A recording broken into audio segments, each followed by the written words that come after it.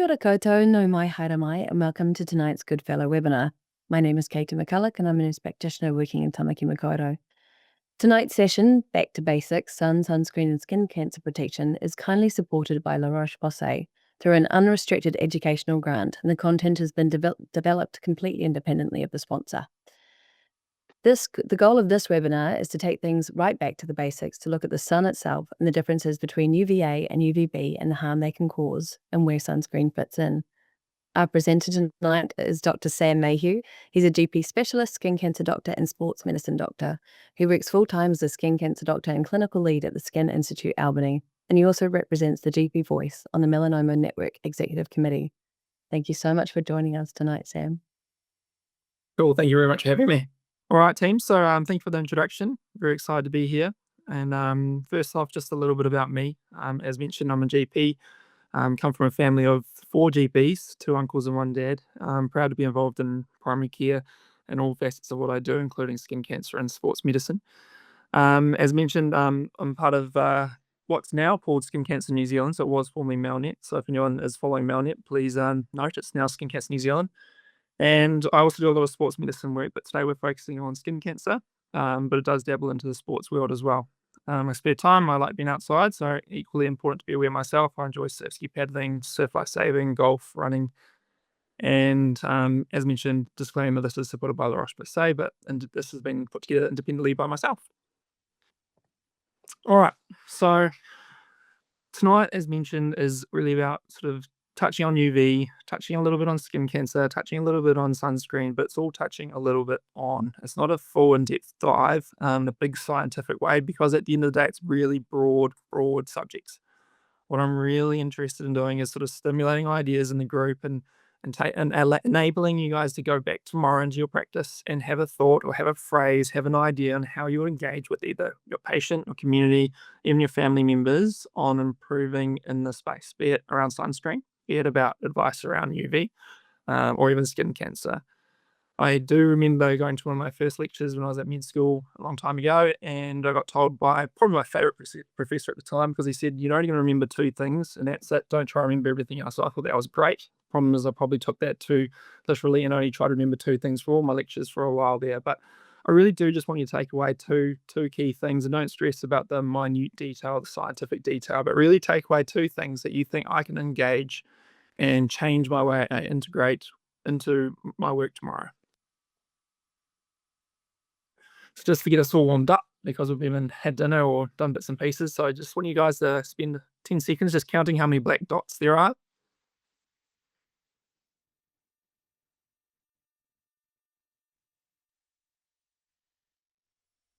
Cool. So there's 0. Okay, so the mind plays tricks on us. And for those who do skin cancer checks, if you get told there's a skin cancer that is somewhere amongst the hundreds of moles, it can feel a little bit like finding a needle in a haystack. But little trick question there in the mind to get us warmed up. So let's talk about scenarios, and these are just some ones I've just put together. Think about your own scenarios. Have a read of some of these. We'll go through them, but have a read and then think about your own, because really I want you to think about how would you respond to these now, and have we able to make a change by the end of this talk? And if we have, that's great. That's what I really want. Okay, so let's just start at the top. So teenagers at the moment, I don't know if you guys are teenagers or if you're engaged with teenagers, but there's an app they follow on the UV index, and they're trying to get burnt. They're trying to be out there at the best burn time. It's really scary. It's really terrible to my ears. So how would you engage with that patient? Think about that. What about if there's a family member or a colleague doesn't believe sunscreen works at all? How do we engage with that? Maybe a colleague is unsure, and they've heard that you've come to this webinar, and tomorrow they ask you, "Oh, what should I advise? How do I advise?" What about the sunscreen? Is more people worried about it being more dangerous wearing it than not? I believe we might have even had a question put in, and it sort of touches on this exact thing. Is at the moment there's a bit of a fear around using sunscreens or a particular type of sunscreen, and we'll touch on that a bit later.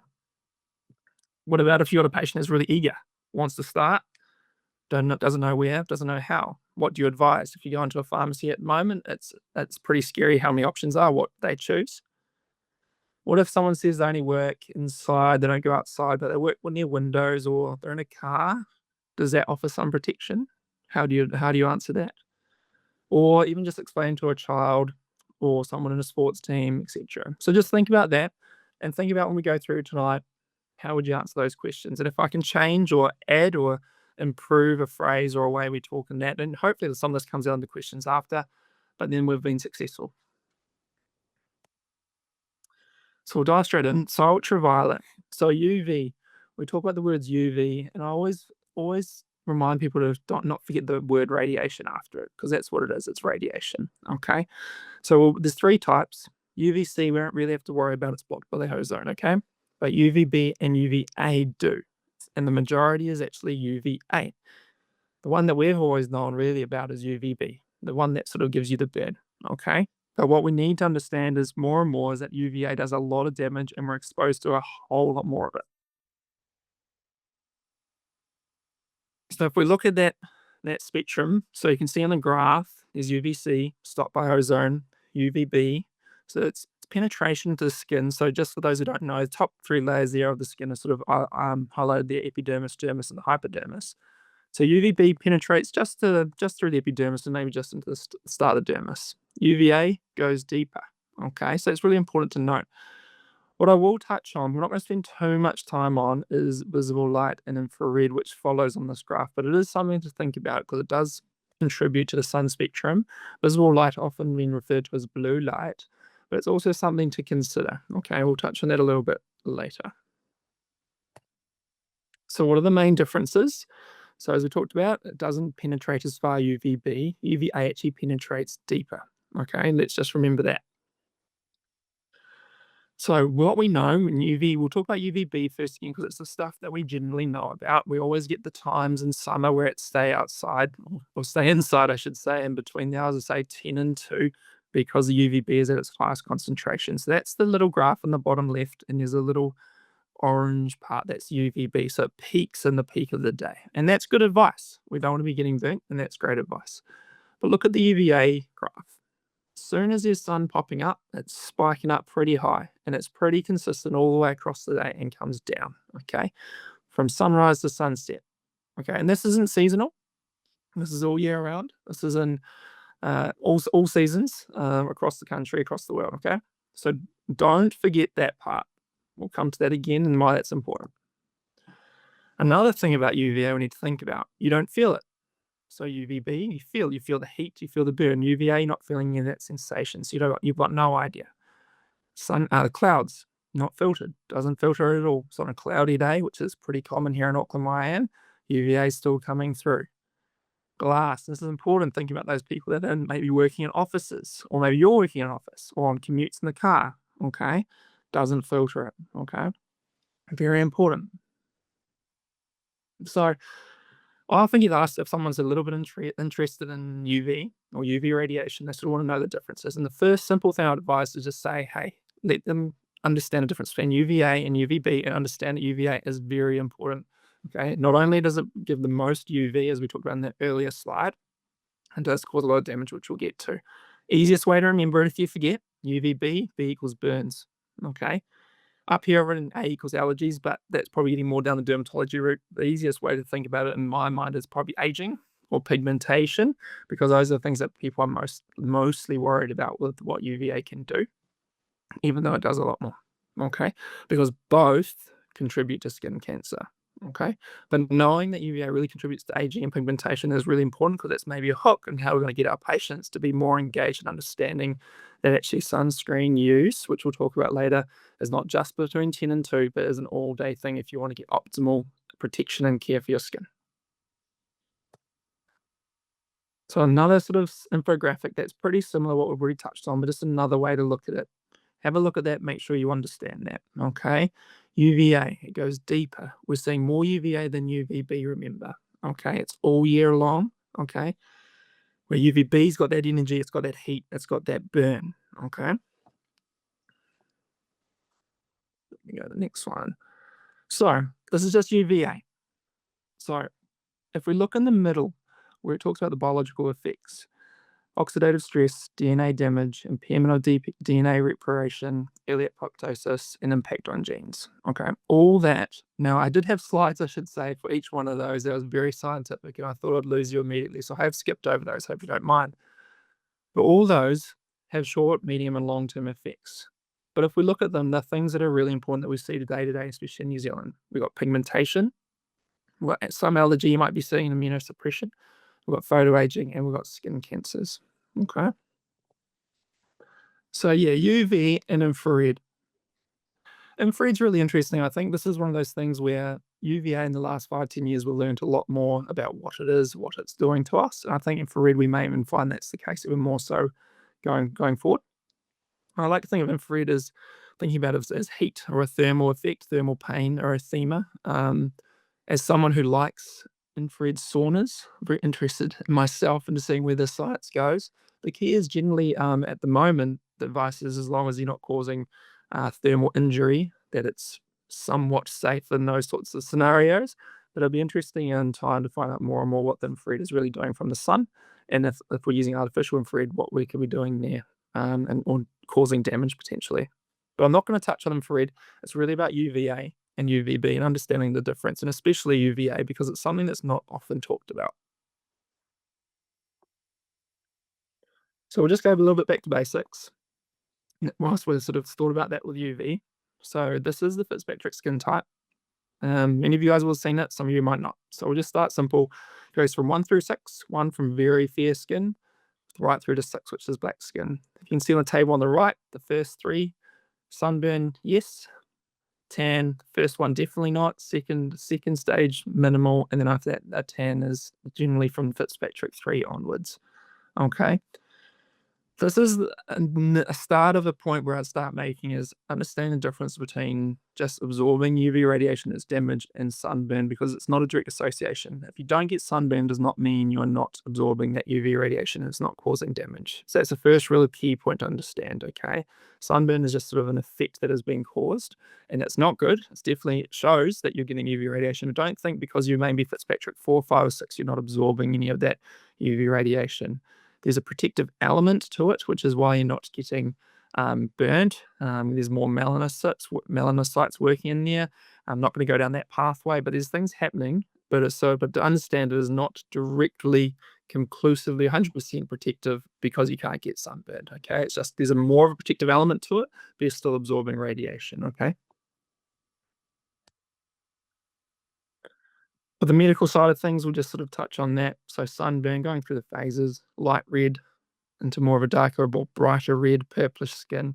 Then starting to get more severe to phase 3 with swelling and edema. And then into phase 4, we're starting to really lose into sort of systemic effects, might be temperature control, vomiting, things like that. Now, I'm not going to spend too much time on that, although I will note that this is the time of year where I see a lot of sunburns in patients who think, oh, they can't get sunburned. This is the time of year where people are often getting caught. It's often the first month or two before we come into a more consistent summer where people are getting hit. And they think, oh, I only got one sunburn that 1 or 2 times. It's okay. But it all accumulates. Okay, there's no going back. Equally, we have those patients that say they try and get burnt at this time of year, and they'll say, I get my sunburn, peel off my layers of skin like a snake, and then I'm good to go. I'm not going to get burnt anymore. And often those patients are in that Fitzpatrick 3 or 4. But what it doesn't mean is they're not getting UV radiation. They're still getting that, but it's a misconception that they can't get any of that. All right, so let's just go through our general skin concerns. So, sun intolerance. It's generally thinking about people with the really light phototypes, Fitzpatrick 1 or 2s, okay? And that's where you might get a little bit of melasma, some of the more medical dermatological reactions that occur often happens here, okay? Anywhere in the sun exposed areas. For those patients, of those people in primary care working with those sorts of patients, generally sort of would be engaging potentially with a dermatologist or with dermatology oversight if they're pretty bad in this space. But it's the next 3 sort of segments in this slide where you're going to be dealing with a lot of patients. Okay, hyperpigmentation, melasma, sunspots, solar intigos, really, really common. Okay, I've written down here darkened phototypes. It's not necessarily the case. Darkened phototypes you can get more noticeable melasma and things like that in certain areas, but pigmentation, solar intigos, things like that can be across the board. Okay, and then to acne. This is a really big part with sunscreen. We're going to talk about a bit later, okay? Because there's a big fear about sunscreen causing acne, so we're going to debunk that a little bit. But understanding that UV can actually cause effects on acne on the skin. There used to be the old school sort of old wives' tales: go outside, get burnt, and it'll treat your acne. But what happens is that you get a worsening rebound effect often, okay? And what we also get is often more increased scarring from acne, which is a really big issue as well. So that is still doing the rounds. I heard that today for an acne consult. I'm just going to go and get burn. My acne will be sorted. So just be aware of that. That's actually can be induced, made worse, and rebounded from UV. Okay. And the big thing that I'm spending 95% of my day doing is skin cancer. Okay. And so that slide sort of touches on that. Non-melanoma skin cancers, but also melanoma. We'll go into more detail on that shortly. So we'll go back to sort of really around photosensitivity. And the reason I brought this slide up is a lot of us will be seeing patients on medication that make you more sun sensitive. And the ones I'm going to immediately think to are the ones for people on acne. So doxycycline, isotretinoin, those sorts of things. Okay. So it's really important if you're seeing patients like that or advising patients in any way in that space that sunscreen is one of the first things you talk about. For example, I will not prescribe the medication without having gone through this my sunscreen spiel, but equally even given them a test and physically put sunscreen on their hand with a couple of options to find the one that they like and can understand that it's actually not all terrible, and so they can use it every day, because that's the key, is every day. It's not just 10 to 2. So just going back, remember the UVA. Excuse me. UVA is all day long. It can cause damage. It is causing damage, and it can cause increase in acne scarring, and it can worsen acne. So we want it from morning you wake up, part of the routine, encouraging that, getting the acne sort of treated by the medication, but your skin protected from the sun by the sunscreen or sun care that you're going to be using. So it's really important, and I'm happy to take questions on this particular part later, obviously, and there might be some specifics around here, but I find that really important to understand. Most of us, I'd say, who are engaged in prescribing these sorts of medications generally know about phototoxicity, but really understand it is a really big issue. And it's often not just the day-to-day or the bad reaction that we're seeing here on the photo. It's not just the big sunburn. That definitely does happen, but it's just the increased sensitivity and increasing UV radiation, and they're going to be absorbed if they're not protecting whilst on these medications. So photoaging. So this is a great slide that goes back to that scenario about the patient and or patient or colleague that's maybe working in an office with only one window on one side and they've only worked on next to that office in that way for decades. And so that's a great photo example. So I'm not sure if it's clear at your end, but on the right hand side you can see a lot more fine lines, wrinkles. And if you're really, I'm not sure what the quality of your screen's like, but if you can see on the right, there's also some more pigmentation, some more soil integos happening. Okay. So that patient there may never have been outside in the peak of a UVB between 10 and 2. They may have only always been inside, and that's showing the damage, okay? So I think this is a great example of UVA and a great way to start thinking about how do I target patients to wanna wear sunscreen from maybe 7 AM, right through the day, and it's this sort of messaging or this sort of thought in your mind that you wanna be conveying.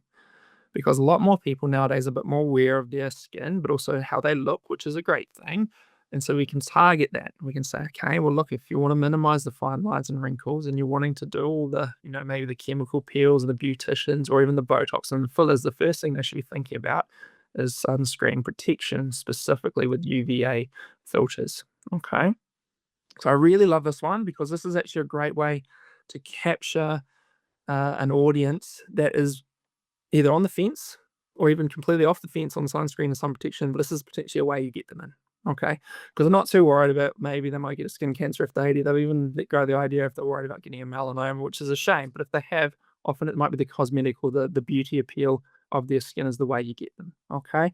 And say that, the way you get them as nice as I can, but we are essentially, all of us on this group tonight in this webinar, we're all influencers. Okay. And there's a lot of influencers out there. It might be influencing just your family or your colleague or your patients, but there's a lot of bogus and bad influencing out there. So we got to rely on all of us to influence in a good way. And unfortunately, it's just what we are.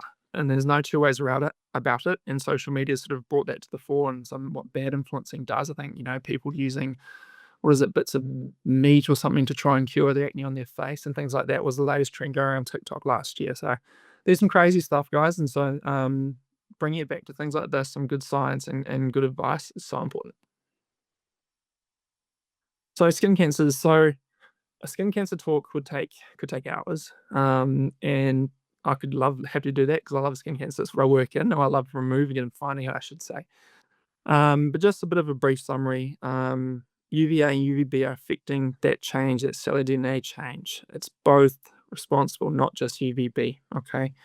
Three main types of skin cancers: basal cells, squamous cells, melanoma, okay?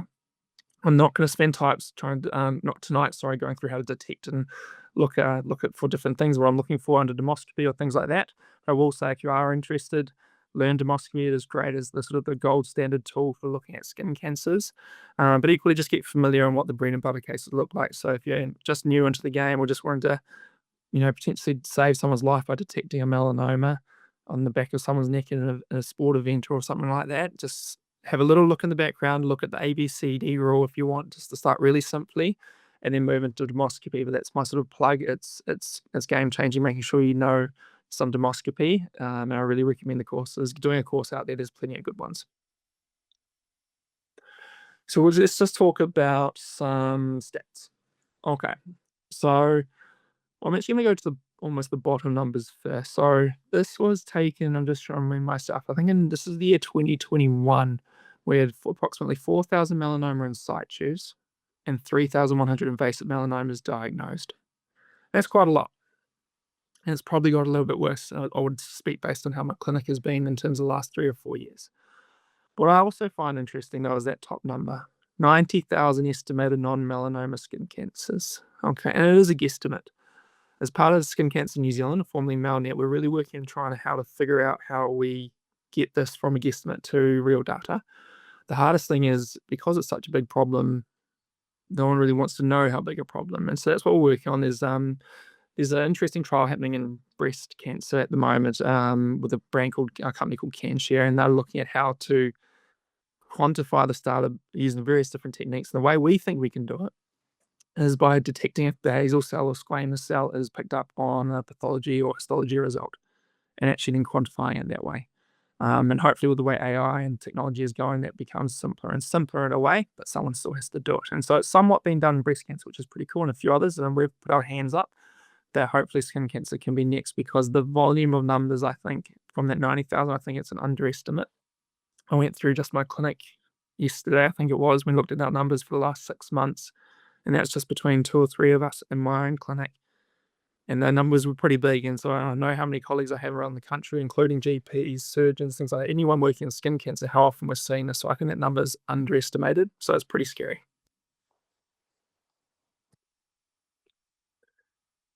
So yeah, there's those numbers there. So sorry, 2022, that melanoma number. So 3,116 invasive melanomas, 81 Māori registrations, 17 Pacific Island, and 8 Asian, of the bulk being New Zealand European. But what we did note in that year, that a lot of them were higher in rural areas, which is to no surprise, well, involving jobs that are more and occupations and more outside. I put it in this table a couple of interesting points to make is look at the incidence and the rate of melanoma in Māori. So in 2000 it was down at 3.1 per 100,000. It's now up to 14 per 100,000.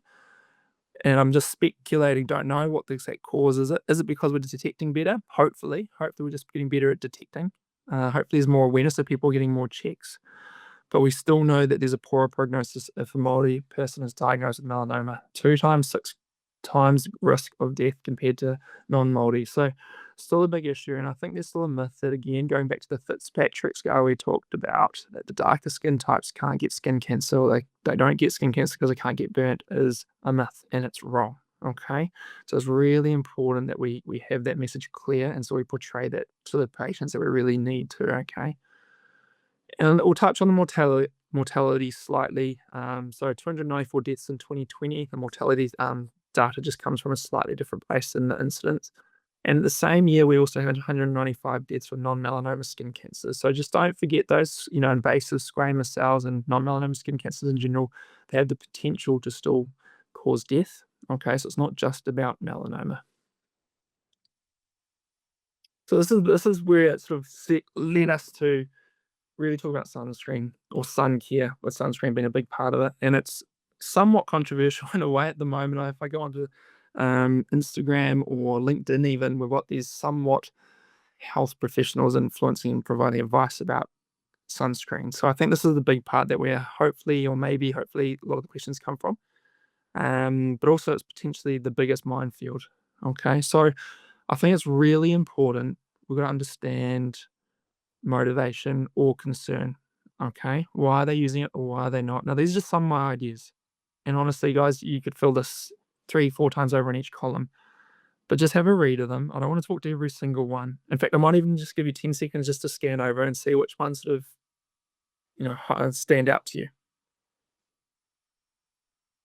Cool. So this is where probably the non-webinar, Zoom type discussion, whereas I'd pick someone out and say, "What would you do if this was their problem?" Sorry, it's all just gonna come back to me, so I'll just be picky on myself. But these are the thing is the people on the left, why are they using sunscreens? These are the ones that awesome. They're already motivated one way or the other.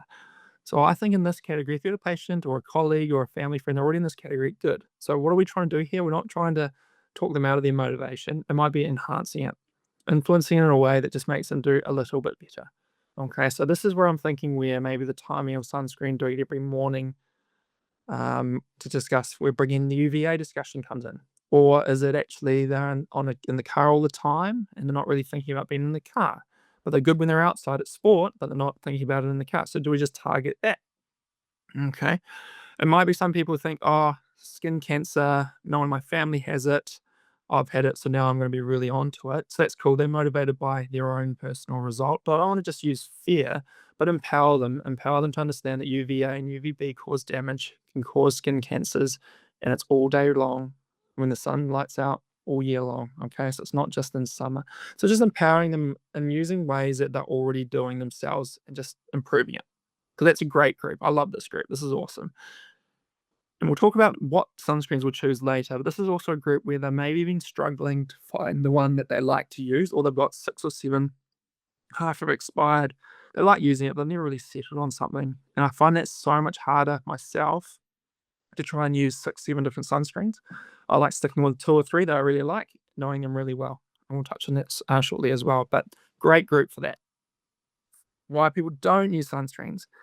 Part of group, this is where we're going to make our big changes tomorrow onwards from work and really influence the way people do things and minimize this group. Okay. So we've touched on the group that doesn't burn that easily. We've touched on the group that wants a protective tan or is worried it affects their tan. We've somewhat touched on the not outdoors enough. And that's thinking of the cars, thinking of the windows, thinking of those who are just outside, not in the peak of summer. Expensive. No, that's an interesting one. That might bring up some conversations. I know there's often the rounds every year or two about removing GST in New Zealand from sunscreens. I'm not a statistician or know the details of these things, but I would wonder, would that make a big change? I'm not sure, but it'd be interesting if it did, and if they could show that it did, I'd be for that for sure. Will make my acne worse. So we have touched on that. So the answer is no if you choose the right sunscreen. Okay. Use other protective measures, great. So that's sort of an in-between group. So they might be using clothing, different things at work, but just understanding it's pretty hard unless there's very certain occupations where you can be using protective measures in completion if you're involved in any way, shape, or form outside either commuting or at your job. So sunscreen still, I generally think, plays a part for these people. It's just finding where the gap is and sort of discussing that. Forgetting. So that's something we see a lot in primary care, that taking the meds, doing anything we've asked them to do for some sustained time can be really tough. I know some of my sports injuries, players, is just getting them to do their rehab is sometimes just as difficult. So as any part of primary care, we can think of a thing where patients forget. So how do we stop forgetting? Well, it might be reminders, but we want to do this for life. So it's about making a habit, and a sustained change. And so we really want to make it a ritual, making it a habit. And so I'm really big on find out what their morning routine is, find a space where it can go. So is it brushing their teeth in the morning after breakfast? Put it on them. And then at least it's done. Ideally, yep, through summer and through if they're doing occupations or events that are outside later at lunchtime in the peak, I'd love reapplication. But if we can get that first morning application done with a good quality sunscreen, we're taking a box to start the day. It's becoming habit, but they're also then more aware, making that it'll be conscious to begin with, and hopefully unconscious, subconscious after that, to be aware of sun. So that's how I sort of target the forget group: is how do we find a way to make it habit? Takes too much time to apply. I think you just show them in the clinic or in your home or at the sports field. If you've got a good sunscreen, It's not that if you can find, we'll talk about this soon, find the sunscreen you like, show them. It doesn't take much time, okay? And that's where the next part is. It's too greasy to apply. It's annoying. It feels hot and sweaty. So that's where it's the sunscreen choice is going to be big. And that's not going to be one-stop shop fits all. There's definitely one I like that I'll recommend for a lot of patients for sure. But if it's a golfer that doesn't want anything on their hands, I'm going to have to work around that. If it's someone who is only going to do a morning application, I'll just think about that. Cricketers, they've got their own sort of thing that they're really big onto zincs and colours and things like that. Surf lifesavers, day-to-day business person, the day-to-day poor primary care provider, what do we wear? So everyone's slightly different. So if we're going to work tomorrow and we are thinking what should we wear, it's probably not white zinc, okay? Maybe on Halloween in a few days, that could be fine. So you might get away with it this week, but otherwise we've got to find what works for the day. So what I think is really important is to have something that you can have as their day-to-day go, and then other options for more specific activities. What about vitamin D? So this is probably a bit outdated now in that probably a few years ago, there was a bit of fear about vitamin D and they were stopping everyone getting vitamin D. And there's pretty much been debunked already. If someone or one of your patients or someone that you are advising has specific conditions or health issues around vitamin D deficiency, then they should be treated for that. Okay. There should not be a fear for them or the general population of missing out on vitamin D by wearing sunscreen. Okay. There's a lot of evidence. I'm not going to go into it tonight to show even just the short minutes that we get through lots of the day, even on the backs of our hands and bits of exposed skin is plenty. And obviously, put that into with good diet and things like that, we should be fine. And with the amount of skin cancers and sun-related damage I'm seeing in clinic versus the non-existent, really, vitamin D deficiencies I'm seeing personally, I think it's pretty clear which one I'm worried about.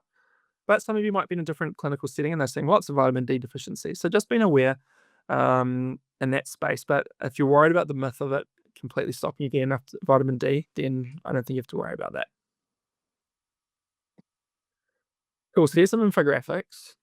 And I'm going to be fully honest, I had a real good play with trying to create an infographic in AI today because I had listened to an AI talk about 2 weeks ago, how it's, taking over the world and things like that. It was really impressive. And so I thought I'd try it. And I've already seen where it's gone wrong, where our little lady in the bottom left infographic is actually blocking out the data. But we'll touch on SPF because it's something we always forget about, understanding even what it means. Okay, so sun protection factor. But understand that SPF is focused on UVB.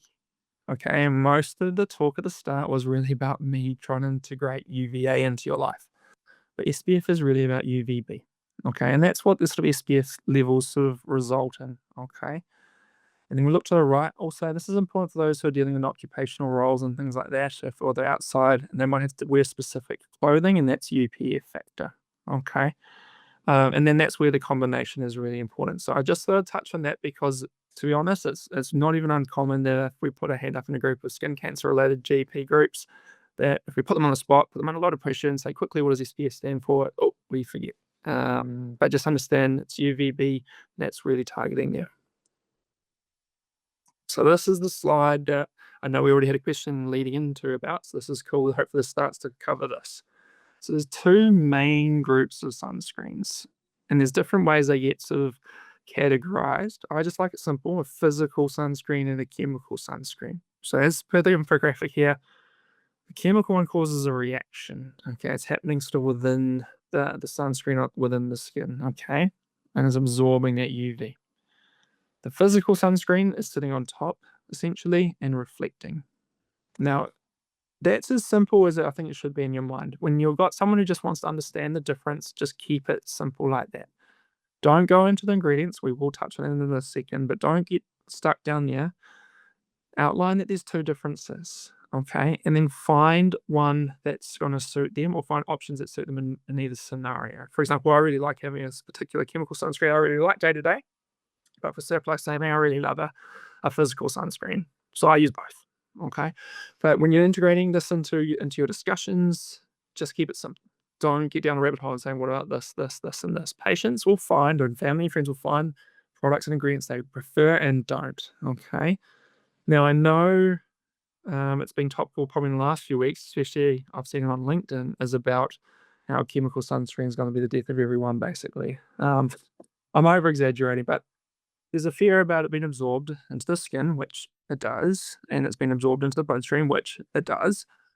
But then what happens after that? And right now, the evidence is not clear enough.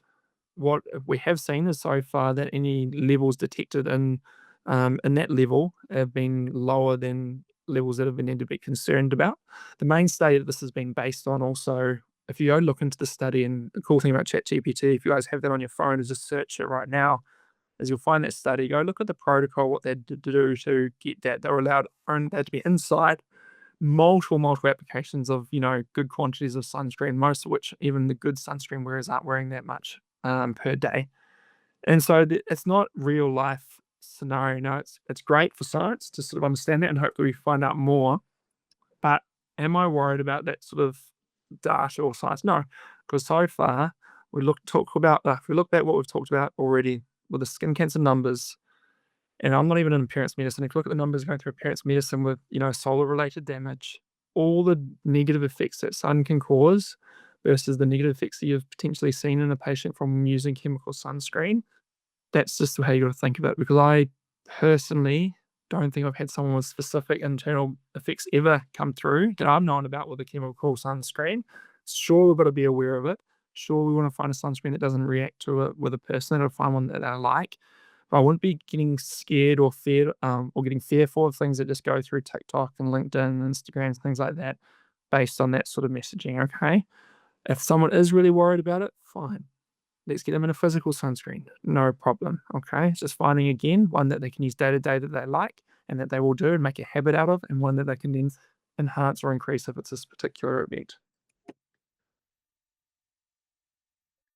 So then we move on to zinc. So zinc is a physical sunscreen. Zinc oxide is one of the main players, okay? And its filter works across the board really, really well. Problem is, it's hard to, unless it's mixed, it's hard to necessarily get a great SPF sort of rating. And again, SPF is again only for UVB. But that's sort of an infographic, sort of understanding approximately what SPF it relates to. So at the bottom, 20% zinc, approximately 40, and that's probably being generous. It's probably 30 to 40 SPF. Okay, so you're wanting at least 20% zinc oxide concentration in your physical sunscreen if you're going to go down that route.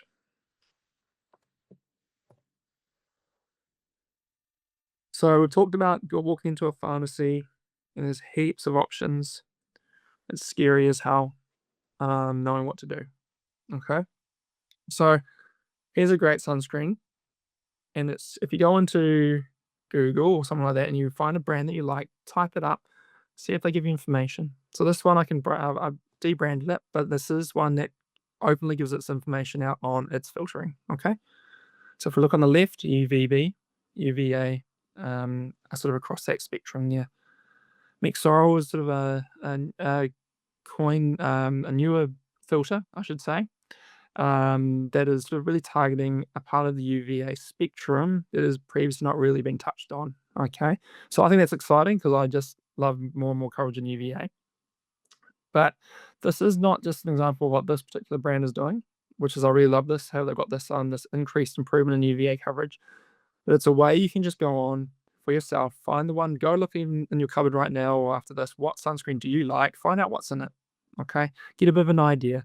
You don't have to be a super scientist on each individual item, okay? This is a more of a chemical-based sunscreen, okay, guys? But get a bit of an understanding and understanding why you potentially like using that or not, because it's keeping the messaging simple. Because if you want to go down a rabbit hole trying to explain every single ingredient with a patient, you've probably lost them already, okay? They're probably already really anti anything ingredient-wise, which means they're probably more likely going to be comfortable with zinc oxide, if anything, a physical barrier. So that's fine, get them down that route, but don't end up in a scientific battle, because there's lots of things that make up sunscreens, including on the right, which is contents of a sunscreen to help it be nicer on the skin, okay, or balance better. All right. So sunscreen considerations, small slide-ish, but this is really where the bulk of everything that I've put together tonight is really where we should start thinking about how you incorporate that into a discussion. So my preference straight out the gate, I'm just going to say it, SPF 50 plus. Okay. 30s I'm okay with, but if you're just going to go for anything, just get the 50 plus. Broad spectrum. So it needs to have those words written on it. That's the UVA coverage.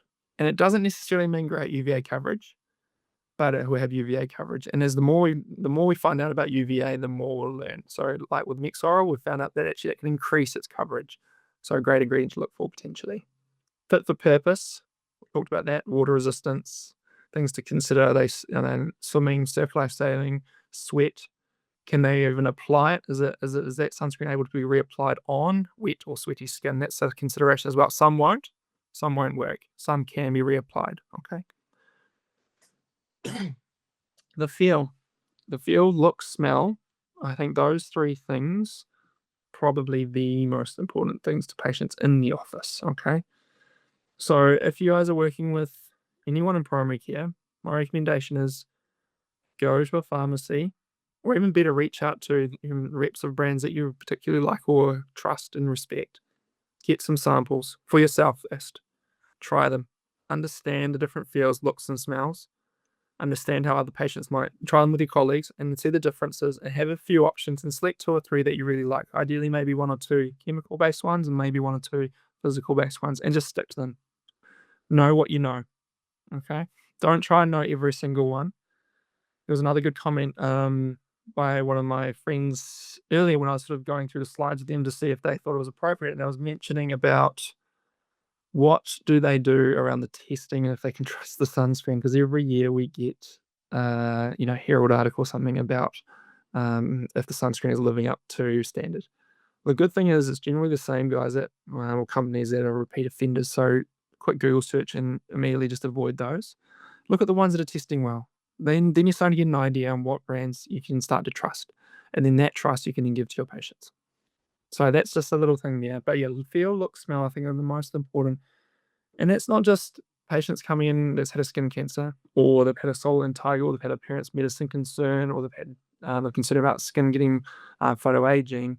It's also the dermatological conditions, people, remember on acne, on those sort of photosensitivity, toxicity drugs, all those sorts of things. Okay. And a lot of them are concerned about how it interacts. So don't forget, acne, rosacea, dermatitis, all these sorts of conditions, eczemas, all that sort of stuff. Certain products can sting or hurt and things like that. So find low irritants. So fragrance free. I prefer fragrance free for everything because I think anything with a fragrance is a high risk of irritant. I do have to see a lot of patients in dermatology space, so I just don't even take that risk or even give them that offer. But I understand that's a higher risk. But have options. Know that one might not work for the same person who comes in next, even though the condition might be the same. Have options, but have just a narrow. My recommendation is have a narrow field of ones that you just know really, really well. But I highly recommend reaching out to reps. If you can't do that, just go and try samples and testers at pharmacies, get an understanding for the minefield and the fear that is walking to a chemist warehouse or something like that at the moment. It's pretty daunting. And then you'll get more comfortable. That's the only way to do it is to get comfortable by actually doing. You're not just saying go use this brand is not going to work because you need to be flexible and adaptable. So we've touched on physical and chemical, but we haven't touched on reef safe. And mostly that's really big around places like Great Barrier Reef, Hawaii, where it's becoming really important. So generally zinc-based ones are reef safe, but there are some chemical ones that are, I believe, starting to be reported and tested as reef safe, but check that. Animal safe is an interesting one, and I'll just touch briefly on that. There is some brands that do test on animals, and I wouldn't recommend that myself. But there are also some brands that don't test on animals at all. But what they do is sell to certain countries around the world. And one of the countries is China, where some of the requirements are to test products that whatever product they bring into China, regardless of the company, is they'll test it themselves on animals.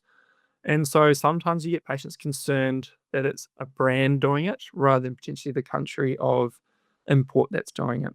So a little difference there. We've touched on skin conditions, application quality. You've got to fully apply. It does depend on the sunscreen a little bit. It's not just the old school, shot glass that I like to use because it depends on the thickness and quality and how far it spreads. But it is really important. I really love those cool those lights. You can bring out UV lights and take photos to see how well people have applied sunscreen on the good videos on Instagram to look at that. But wouldn't that be great if we had an office to show if someone did a good job or not? So I think we're almost there. Sorry, thanks for holding on. Shade. So in Australia, there's a shade policy for playgrounds. There isn't in New Zealand. Okay. So as people who are here clearly interested, hopefully in some way or another, being a good advocate in the primary care world in sun protection and sun care, if you see an opportunity, if there's anything going to try and push policy, either government level, community level, sporting body level, school level, anything for shade, sun policies, things like that, please do it. You might be, a parent on a board, at a kindy, at a school, a sports ground, anything. It really helps because Aussie are leading the way, and I hate it when Aussie lead the way, but they are. We need to do better. Okay.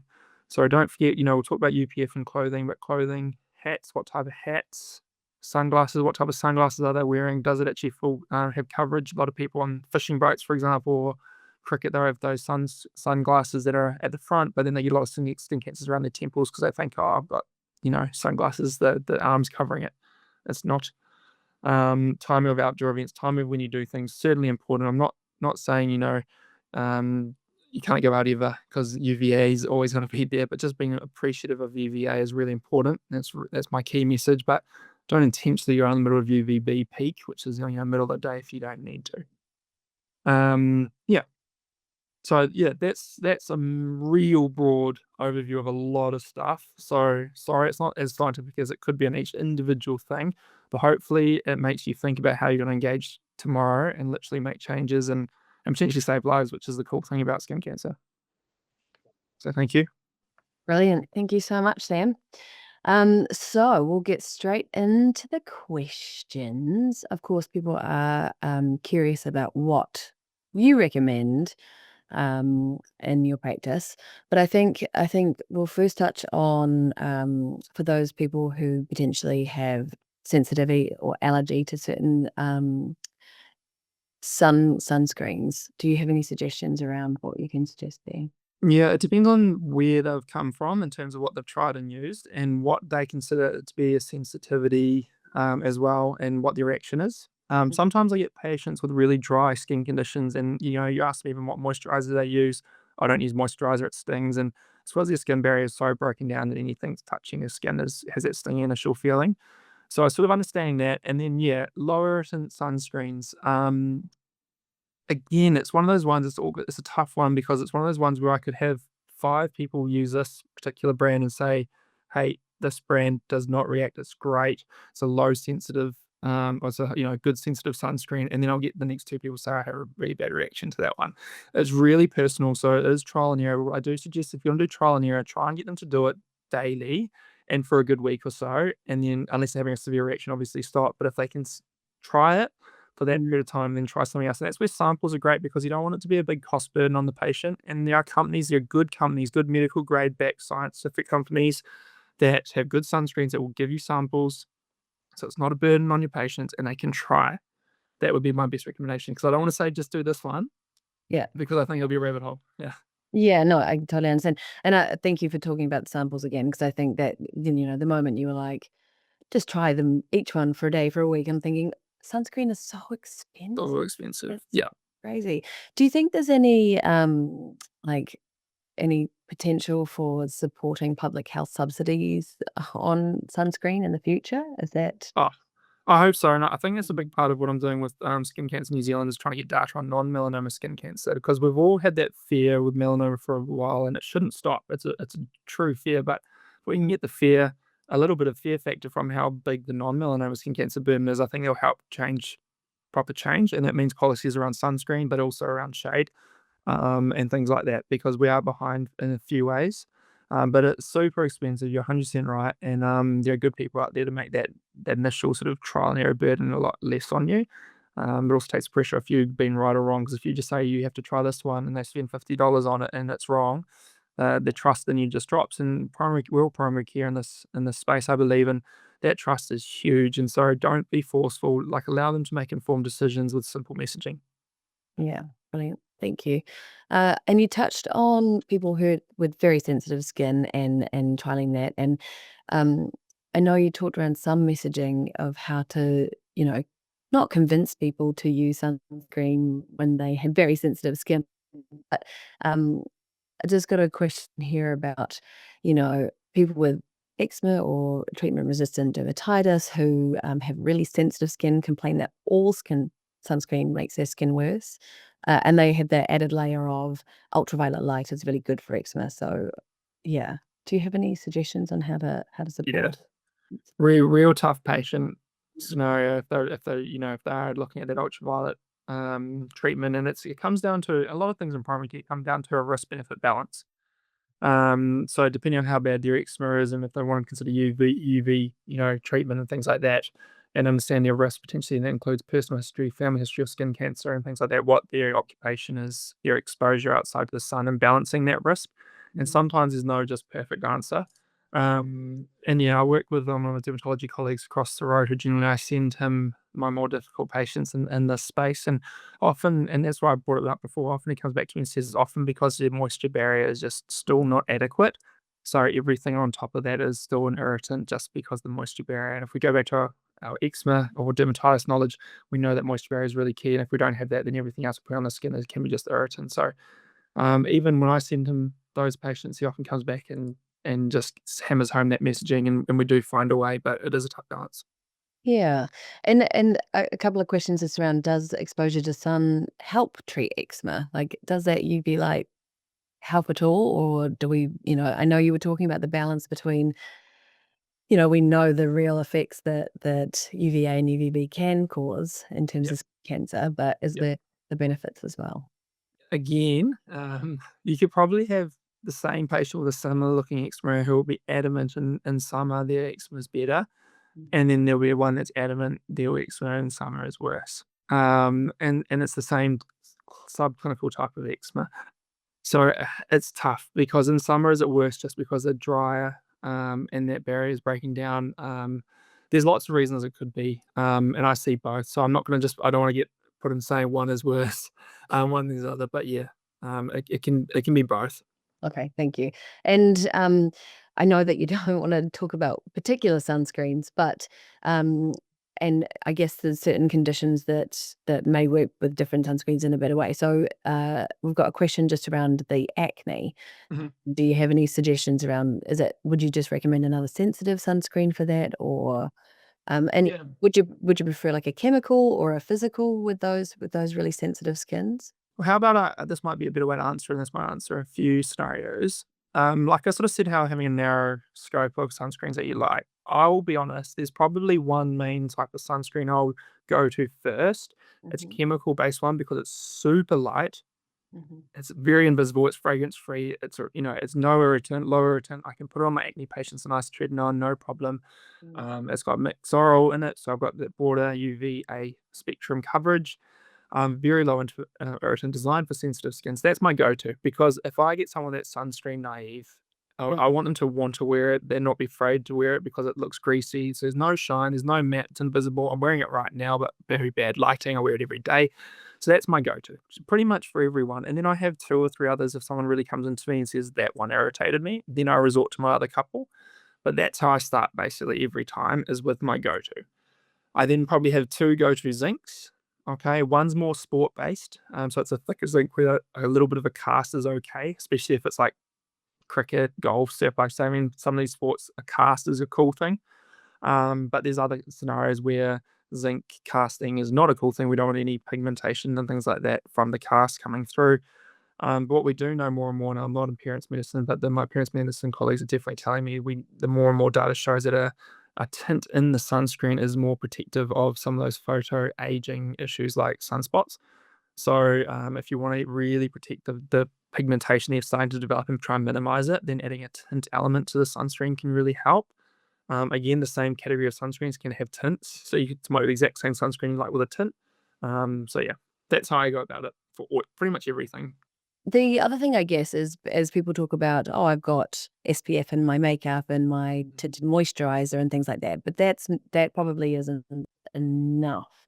You want a tinted sunscreen rather than a tint SPF moisturizer. Would you? Yeah, it does depend on the SPF, and you do have to weigh out what you're doing. But as we talked about with the first slide about how much SPF equals what. So if it's a 5, it's not really, especially in New Zealand, it's not even worth it. And to be honest, I don't even touch 15s. It might be enough if you're really just going to be in an office near no windows, no cars or anything like that, but for just really incidental sun exposure. But a minimum 30, but my gold standard is just 50. Do sunscreen, do it well.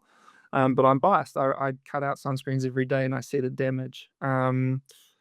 Yeah, I think yeah, I think that's honestly the best answer is that, because I don't wanna say it's okay, because it's not really sort of targeting the problem in completion, I guess. I've got a question here around UVC. I know that you've not touched on it because we've got the ozone, but Yeah. given they've said, given our poor ozone over New Zealand, which is a reasonable thing to sort of talk about, being that we are, slightly Yeah. slightly unfortunate in terms of our location of that. Can you touch a little bit on UVC? Yeah, so we're definitely more, I guess, UV kissed in New Zealand than other areas in the country in the world. How would I touch on that? It's complicated. We had a really good talk, in as part of the Mailnet from a guy at, where was it? One of those scientific weather places, so it eludes me, and it was really not as simple as I would like to say. Yep, it's worse. I'd say if we are getting any UVC coming through, it's not going to be of help. That's for sure. Put it that way. But yeah, there's a lot of science going on it, and the talk was really fascinating, really scientific, well above my head. And that was done last year. And we've actually asked him back. I think next year to a talk that we do with Skin Cancer New Zealand to talk to our skin cancer GP doctors about that specific sort of space, because it's again like infrared as well. I think there's a lot to learn. Mm. Any of it is doing benefit is not causing benefit. I don't think it's causing harm. If there is bits getting through that other areas in the country and the world are not. Well, you talked about, I guess, the protection from clothing rather than just your barrier and sorry, I've totally lost the three-letter acronym that was used. It's not SPF, it's UPF. Yeah. There we go. Back on track. So, are you looking for clothes specific with UPF? Is that is there some element of all clothes having UPF? We use clothes to sort of protect our skin. Yeah. Is there? Yeah, I think the reason I touched on that is some occupations that are very work outdoors heavy, there are requirements now and some guidelines and policies around that. Mhm. And so it's probably more that's where I'd go down with that route, is it's really around if you're working in a space where you have wanting people to work outside, is that you do start taking an awareness in that space and what is minimum standards. For day to day, like, it wouldn't be something I bring up to most of my patients unless it was specifically brought up. But understanding it's really important, because if someone comes in and asks about it and you have no idea about what that acronym is or what it means. So I think today I put it in there just to be a taster, and it's really about forming guidelines in my space with maybe someone who works outside or at a higher level to create policies. But day to day, I wouldn't worry too much. A lot of good sports brands, if it's around sport, do mention it, and that's already a good start. They're starting to do that, and there's a lot better, I guess, sport clothing now that you can garden, surf, all these things, and that even 10 years ago was a lot more uncomfortable to wear. So technology is getting better across the board, which is great. And that sort of segues into a couple of questions just around wetsuits stopping radiation and any specific advice that you might have for sports or sports training competitors around protecting themselves. So I guess looking for those UPF. Yeah. I guess it's somewhat repetitive in my response, because I'm biased. But if you're in this group, we have a responsibility to influence, essentially, because we're in primary care space. And if you are thinking about those questions and involved in sport that don't have any recommendations, please try and get them to create some. Yeah, so surfing, I love surfing, surf life saving as well. Yeah, a lot of that stuff does have physical protection. I think the hardest area in that world is, put it this way, if you go play cricket, it's been a long time everyone's worn long sleeve whites, and it's part of the culture, which is great. The tough Mm. scenario is when you go into places where the culture isn't necessarily as strong. So, for example, in Surf Life 17 years ago, everyone just wore speedos and a little rash vest if you had to for safety. And if you wore a long sleeve rash vest, you did not look cool. Okay, and it was tough because you might be a 14-year-old kid or a 50-year-old master competing, but you didn't look like everyone else at Surf Life Saving Carnival. So, but that's changing. The culture is changing. So the difficult scenarios will be when you face with patients or yourself or your family in places where you want them to be sun smart, but they might stand out a little bit more than someone else. And that was probably, I remember the kid when I was at school when sunscreen wasn't a thing, or I was a rural Ohope Beach boy, where everyone knew the kid who wore every bit of clothing and sunscreen and hats on because their parents were amazing and well ahead of the time. But none of us did that. So there is a little bit of that. So understand that's also probably in the back of some people's minds if they're in awkward, or not awkward, but just in scenarios where it's maybe the culture of sun protection isn't there. You sort of mentioned, why would you have 5 SPF? That's ridiculous, and maybe 15 and 30, maybe for if you're inside and it's maybe more of a lightweight. Would you recommend 50? Because someone's just sort of questioned, like, what's the purpose of using 15 or 30 plus? Yeah, so like I'm very honest, I have two levels for myself, and it's the day to day, which is an SPF 50 plus because it is so lightweight. It's literally the lightest weight one I can wear, regardless if it's 30 or 15. So why not for me? I'm also, as you can tell, pretty fair. So sun, melanoma family history. So I'm just going to take the best protection I can. And then I've got my zinc overlay. Now, if someone wants to have a third tier, which is maybe a Mm. 30 and things like that. And that's cool. And it's just understanding your personal risk. I guess understanding my perspective is I'm going to come at you guys with, hey, this is a gold standard. This is best that you can do. And you've got to balance that up, just like everything we do in primary care. So if you think, I'm actually really happy with 15s or 30s if they're really confident they're not going to be outside and it's just really incidental, and that's cool. But understanding that will be their routine day to day to day. How often is that the case, and how many days are actually a bit more exposure than they think? So that's just things to think about. But there's no hard or wrong, hard or, it's just that's how I do it. Create a Yeah. 3-tier system, but the more tiers you create and more scenarios, the more likely it's not going to become habit and it'll get mistaken and forgotten and things like that, and be more expensive. And how often are you, like, encouraging people to apply and reapply? I know it depends on what they're doing and how, whether they've had water exposure or how often, but I guess if you're just sitting in your office all day in front of your computers next to you, or how often are you recommending? Day to day, I'll just put on in the morning, and then if I'm going to go anywhere outside for lunch or anything like that in the afternoon, I'll reapply. Mhm, So twice, especially through summer. mhm. I'm not perfect through winter. It's just once a day.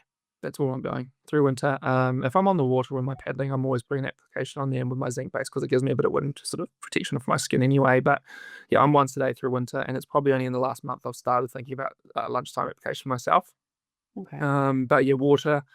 If you're getting wet, rubbing it off with a towel, things like that, you just got to reapply, and then allow enough time to reapply before you get back. And ideally, some sunscreens can be reapplied on when your skin's wet. It'll say that. Some can't, so make sure you understand the difference too. Because the cost is a huge barrier to a lot of people, and we do have to really think about it. And I really appreciate that, if nuance for people who have sensitive skin or looking at different, like the smell, the texture, and all that. Some people, I guess, don't even have the option of, I want to try all these different ones, and maybe the more expensive one is better. Some people are just going to have to get the cheap one, and they still themselves and their families. Do you? I know that you're sort of saying we should go and research and make sure that whatever sunscreen we have, is a good option for people. But do you have like a good budget one for people who, or is there anything that you would sort of, you know, So there. taught Yep. people? Yeah. Yeah. Yeah. Yeah. Look, the first thing I would say is I work in a place that also does a lot of parents' medicine. There's a lot of high-end products and things like that available. None of those are my go-to sunscreens. Like if you want a really high-end sunscreen, well, go for it. But my go-to sunscreen would be middle of the road or low-end middle of the road, if I'm honest.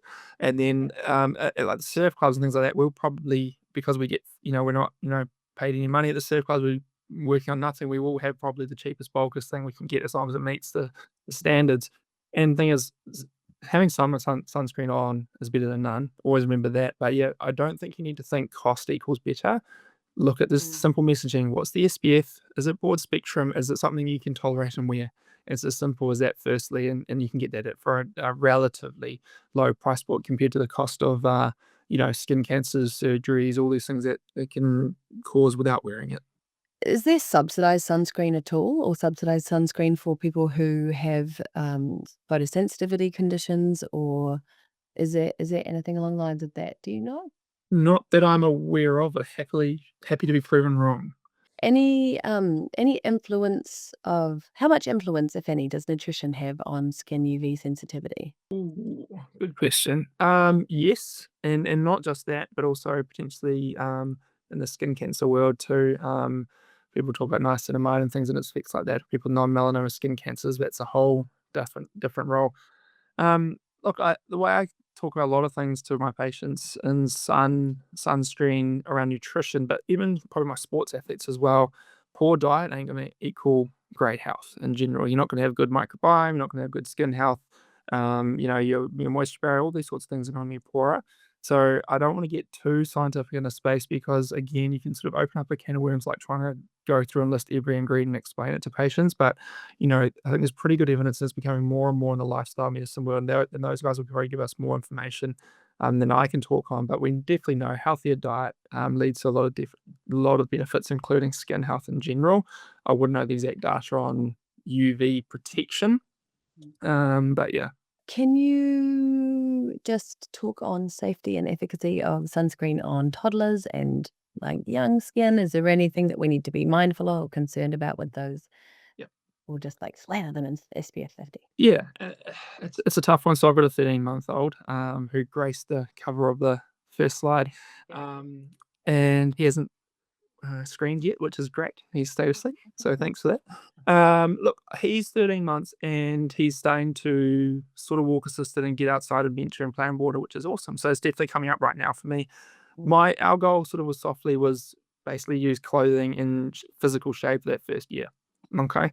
It was just simple that way for us, and that's what we decided on. I think that's really good, simple messaging to stick with. Some people want to do it for longer. We're sort of wanting him to explore and do things, and he can crawl away from us quicker than sometimes we can get to him. So now we're going to start thinking about it. So I'm big on bucket hats. So I actually give him little sunglasses as well. But I'll wear long sleeve rashies on him, and then sunscreen exposed places with pediatric sort of approved sunscreens. And again, same thing. There are sunscreens that have had testing on pediatric patients. Generally, it goes down to one, which is probably the reason I chose one as well. It is probably very, very safe at 6 months or 3 months. It probably is, but they can't test that or they haven't. And I'm not going to take that risk with my child. So it's tested to one. I really like it, and it's the same sort of style and feel for the one I use day to day myself, but a pediatric version. Thank you. And I just want to note here that we've had a couple of people comment that marine blue is subsidized for some photosensitive conditions. So that's amazing. Cool. Awesome. Um, Marine blue. that, Cool. yeah.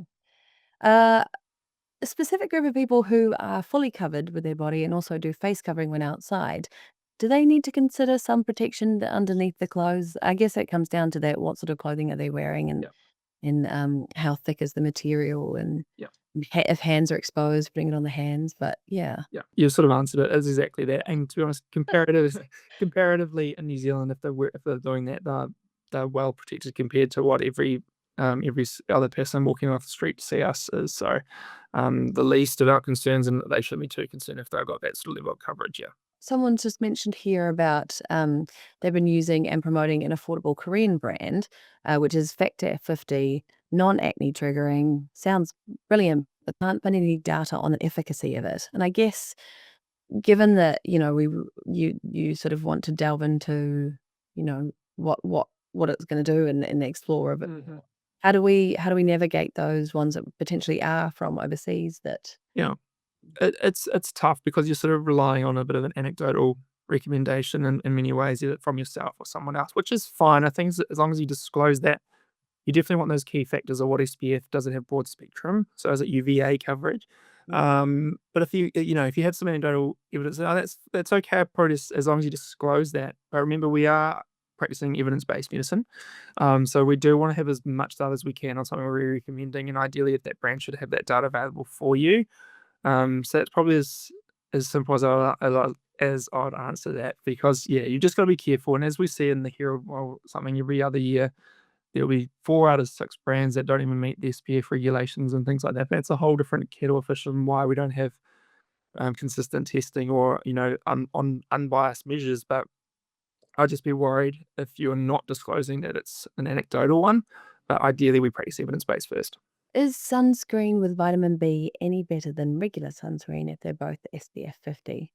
I wouldn't necessarily know if it's better as a sunscreen. Some people feel like adding that, that's, I guess, going back to that slide when they're on the right, there was other elements that can be added to the sunscreen. It might be different vitamins and things like that.